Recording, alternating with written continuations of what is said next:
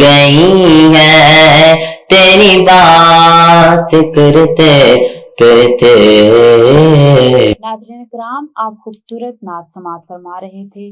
یہ مہینہ ہمیں صرف عبادت ہی نہیں سکھاتا بلکہ انسانیت، بھائی چارہ اور خدمت کا درس بھی دیتا ہے. آئیں اس رمضان کو اپنی زندگی کا ٹرننگ پوائنٹ بناتے ہیں، دلوں کو کینہ اور نفرت سے پاک کرتے ہیں، رشتوں کو جوڑیں اور اپنے رب سے معافی مانگیں، کیونکہ کون جانے اگلا رمضان کس کو نصیب ہو اور کس کو نہیں. تو آئیے آج کی اس بابرکت محفل کا باقاعدہ آغاز کرتے ہیں. ناظرین، آج ہمیشہ کی طرح جو ہمارا خصوصی سیگمنٹ ہوتا ہے، آج کی خاص بات، اس کی طرف بڑھتے ہیں.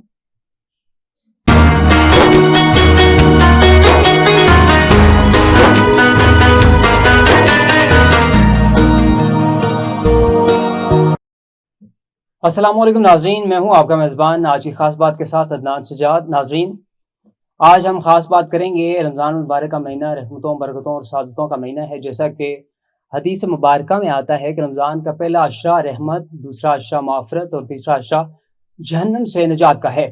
آج ہم بات کریں گے رمضان کے دوسرے عشرے کی، جسے معافرت کا عشرہ کہا جاتا ہے. یہ وہ ایام ہیں جب بندہ اپنے رب کے حضور جھک کر اپنے گناہوں کی معافی مانگتا ہے. قرآن مجید میں ارشاد باری تعالیٰ ہے، اے میرے بندو جنہوں نے اپنی جانوں پر زیادتی کی، اللہ کی رحمت سے نا امید ہوئے، بے شک اللہ تمام گناہ معاف فرما دینے والا ہے. دوسرا عشرہ ہمیں یہ پیغام دیتا ہے کہ چاہے ہمارے گناہ کتنے ہی زیادہ کیوں نہ ہوں، اگر دل میں سچی ندامت اور آنکھوں میں توبہ کے آنسو ہوں تو رب کریم معاف فرمانے والا ہے. حضور نبی اکرم محمد صلی اللہ علیہ وآلہ وسلم نے ہمیں استغفار کی کثرت کی تعلیم دی. آپ صلی اللہ علیہ وسلم نے خود دن میں 70 سے زیادہ مرتبہ استغفار فرمایا کرتے تھے. تو سوچئے جب معصوم نبی صلی اللہ علیہ وسلم استغفار کریں تو ہم جیسے خطا کاروں کو کتنی زیادہ ضرورت ہے. ناظرین، یہ عشرہ ہمیں خود احتسابی کی دعوت دیتا ہے. کیا ہم نے کسی کا دل دکھایا؟ کیا ہم نے حقوق الباد میں کوتاہی کی؟ کیا ہماری زبان، ہماری آنکھیں اور ہمارے اعمال پاک ہیں کہ نہیں؟ دوسرا عشرہ صرف زبان سے استغفر اللہ کہنے کا نام نہیں بلکہ دل سے رجوع کرنے کا نام ہے. یہ اپنے رویوں کو بدلنے کا موقع ہے. یہ اپنے دل کو کینہ، حسد اور بغض سے صاف کرنے کا موقع ہے. اس عشرے کی خوبصورت دعا ہے، استغفر اللہ ربی من کل ذنب واتوب علیہ، یعنی میں اللہ سے اپنے گناہ کی معافی مانگتا ہوں اور اسی کی طرف رجوع کرتا ہوں. ناظرین، معافرت کا مطلب صرف یہ نہیں کہ ہمارے گناہ مٹا دیے جائیں، بلکہ یہ بھی ہے کہ اللہ تعالی ہمیں آئندہ گناہوں سے بچنے کی توفیق عطا فرمائے. اگر اس عشرے میں ہماری آنکھ نم ہو جائے، دل نرم ہو جائے اور سجدہ لمبا ہو جائے تو سمجھ لیجئے ہم نے اس عشرے کا حق ادا کرنے کی پوری کوشش کی. آج کی خاص بات یہی ہے کہ رمضان کا دوسرا عشرہ ہمیں ایک نئی شروعات کا موقع دے رہا ہے. آئیے ہم سب عہد کریں کہ نہ صرف اپنے گناہوں کی معافی مانگیں بلکہ اپنی زندگیوں میں حقیقی تبدیلی بھی لائیں گے. اللہ تعالی ہمیں اس معافرت والے عشرے میں پوری معافی مانگنے کا موقع دے اور ہم سب کو اللہ تعالی معاف فرمائے. شکریہ.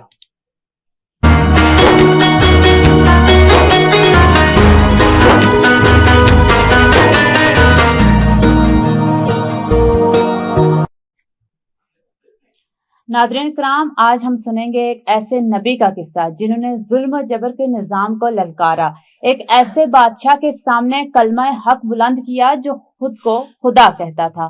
یہ قصہ ہے حضرت موسیٰ علیہ السلام کا اور فرعون کا. مصر میں ایک ظالم بادشاہ حکومت کرتا تھا جسے قرآن میں فرعون کہا گیا ہے. وہ بنی اسرائیل پر سخت ظلم ڈھاتا تھا. اس نے حکم دے رکھا تھا کہ بنی اسرائیل میں جس کے ہاں بھی بیٹا پیدا ہو اسے وہیں پر قتل کر دیا جائے اور جس کے ہاں بیٹی پیدا ہو اسے زندہ چھوڑ دیا جائے. اسی دور میں اللہ تعالیٰ نے حضرت موسیٰ علیہ السلام کو پیدا فرمایا. آئیے سنتے ہیں قصہ انبیاء میں حضرت موسیٰ علیہ السلام کا قصہ.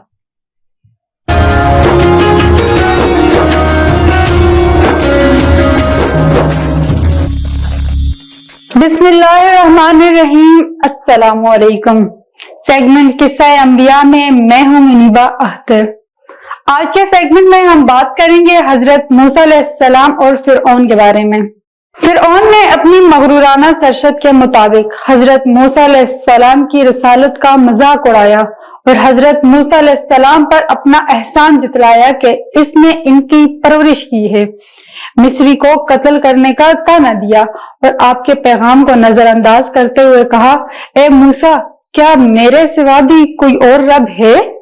حضرت موسیٰ علیہ السلام نے فرمایا میرا رب وہ ہے جو آسمان زمین اور اس کے درمیان قائم مخلوقات کو پیدا کرنے والا ہے، تجھے اور تیرے آباء و اجداد کو بھی اس نے پیدا کیا ہے۔ حضرت موسیٰ علیہ السلام اور حضرت ہارون علیہ السلام نے نہایت نرمی سے فرعون کو قائل کرتے رہے، لیکن فرعون اپنی ضد پر اڑا رہا۔ اس نے حضرت موسیٰ علیہ السلام کو پاگل اور مجنون کہا اور رعایا سے بولا میرے سوا کوئی خدا نہیں، میں تم سب کا پروردگار ہوں۔ ایک دن بڑے دربار میں فرعون نے حضرت موسیٰ علیہ السلام سے کہا اگر تو سچا ہے تو اپنی نبوت کا کوئی معجزہ دکھا۔ حضرت موسیٰ علیہ السلام نے اپنی لاٹھی زمین پر پھینک دی اور ازداد بن گئی۔ پھر آپ نے ستارے کی طرح چمکتا ہوا یزبیزات دکھایا۔ یہ معجزات دیکھ کر درباری کہنے لگے یہ تو بہت بڑا جادوگر ہے، پوری سلطنت سے جادوگر کو جمع کر کے اس سے مقابلہ کرایا جائے، پھر ضرورت ہے کہ شکست کھا جائے گا۔ فرعون نے اسی وقت احکام جاری کر دیے۔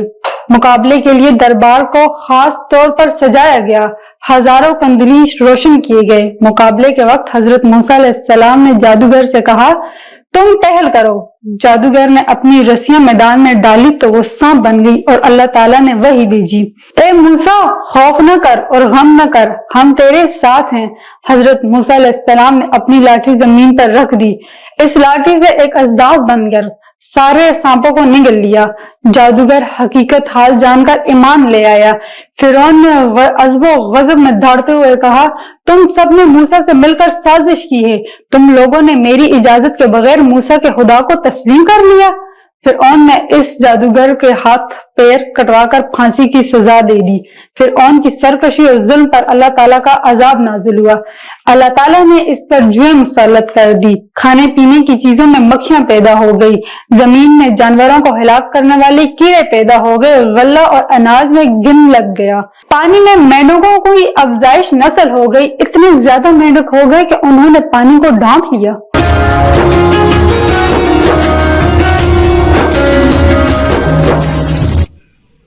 ناظرین اکرام، حضرت موسیٰ علیہ السلام کا قصہ ہمیں یہ پیغام دیتا ہے کہ حالات کیسے بھی ہوں، اگر ایمان مضبوط ہو تو اللہ کی مدد ضرور آتی ہے۔ اللہ ہمیں حق پر قائم رہنے کی توفیق عطا فرمائے، آمین۔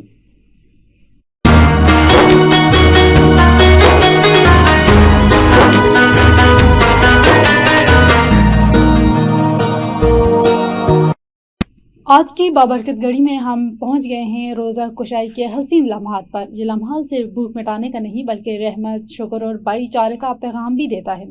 آئیے ہم سب مل کر اللہ تعالیٰ کا شکر ادا کریں کہ ہمیں یہ مقدس مہینہ نصیب ہوا۔ پانی پئیں، کھانا کھائیں، مگر سب سے بڑھ کر دلوں کو سکون، دلوں کو صبر اور روح کو تازگی دیں۔ اس موقع پر چھوٹے بچوں کی مسکان، بزرگوں کا سکون اور خاندان کی محبت سب سے زیادہ قیمتی لمحے ہیں۔ بچوں کی روزہ کشائی کی طرف ہم بڑھیں گے، جس میں بچے کی روزہ کشائی کریں گے رضا زیدی۔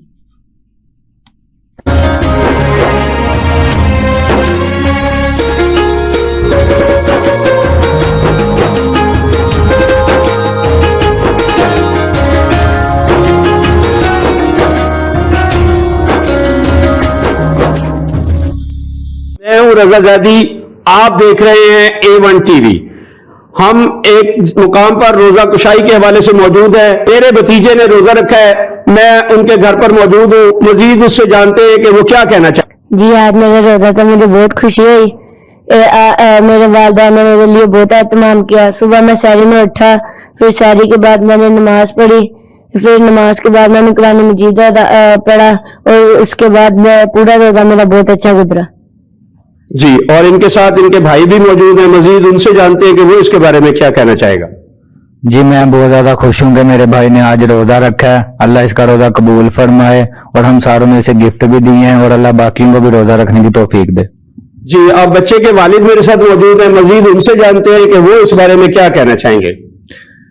جی بہت خوشی کی بات ہے جی، میرے بیٹے نے آج پہلا روزہ رکھا ہے جی، اور الحمدللہ اس نے روزہ کمپلیٹ کر لی ہے۔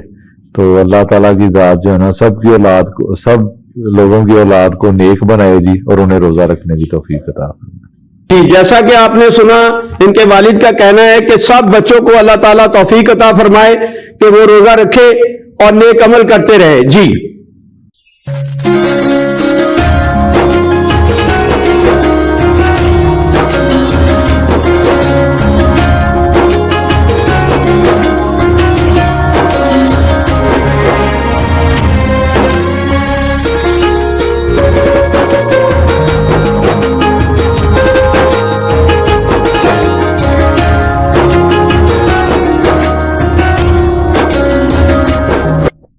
ناظرین یہ تھی چھوٹے بچوں کی روزہ کوشائی. اب اگلے سیگمنٹ کی جانب بڑھتے ہیں جو کہ ہے آج کا سوال, اور آج کا سوال آپ سے کریں گے عدنان سجاد.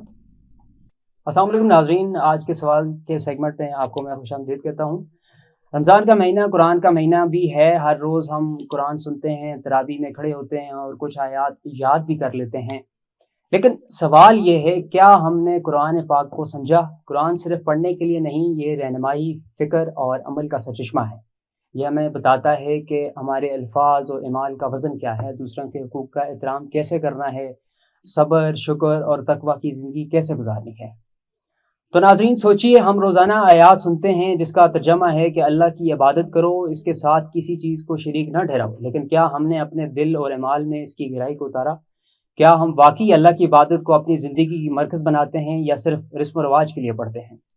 قرآن میں ہدایت کے ساتھ ہمارے لیے امتحان بھی ہیں. ہمارے کردار, ہماری عادات, ہمارے رویے, سب پر روشنی ڈالی گئی ہے. مثال کے طور پر, کیا ہم جھوٹ, غیبت اور حسد سے بچتے ہیں؟ کیا ہم والدین, خاندان اور معاشرے کے حقوق کو پورا کرتے ہیں؟ کیا ہم غریبوں, یتیموں اور ضرورت مندوں کی مدد کرتے ہیں؟ قرآن صرف الفاظ کا مجموعہ نہیں, یہ ایک زندگی گزارنے کا دستور ہے, ایک مکمل رہنمائی ہے جو ہر لمحے ہمارے دل اور اعمال کو جانچتی ہے. تو آج کا سوال یہی ہے کہ کیا ہم نے قرآن پاک کو سمجھا یا ہم صرف سنتے اور پڑھتے رہ گئے ہیں؟ سوچیے گا, کیونکہ قرآن کی حقیقی برکت تب ملتی ہے جب ہم اسے دل میں اتاریں, ذہن میں سمجھیں اور عمل میں لائیں. شکریہ.